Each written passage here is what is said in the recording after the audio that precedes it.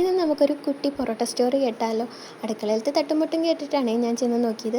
അപ്പോൾ ദേ ചേട്ടൻ അവിടെ ഇരുന്ന് ഞങ്ങൾക്ക് വേണ്ടി നല്ല പൊറോട്ട കുഴച്ച് പരത്തി ഉണ്ടാക്കി തരുവാണേ.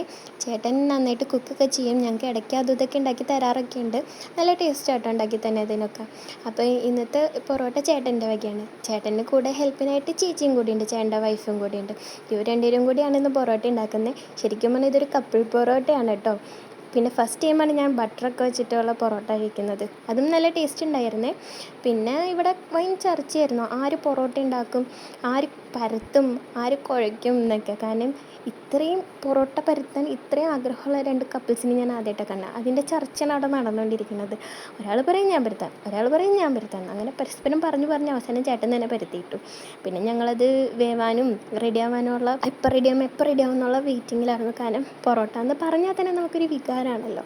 കേരളത്തിലുള്ള എല്ലാവരുടെയും ഇഷ്ടപ്പെട്ട സാധനമുള്ള പൊറോട്ട തിന്നാത്ത ആരും ഉണ്ടാവില്ല എന്നാണ് എൻ്റെ വിശ്വാസം. പൊറോട്ട ഇഷ്ടപ്പെടാത്ത ആരും ഉണ്ടാവില്ല എന്നുള്ളതാണ് എൻ്റെ വിശ്വാസം.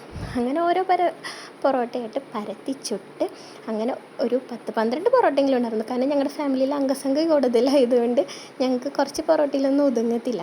അപ്പോൾ നിങ്ങൾക്കും പൊറോട്ട ഇഷ്ടമാണെങ്കിൽ കമൻറ്റ് ചെയ്യണം. പിന്നെ പൊറോട്ടയുടെ കൂടെയുള്ള ഫേവറേറ്റ് കറി എന്താണെന്നും കമൻറ്റ് ചെയ്യണം. അപ്പോൾ കിട്ടിട്ടാ.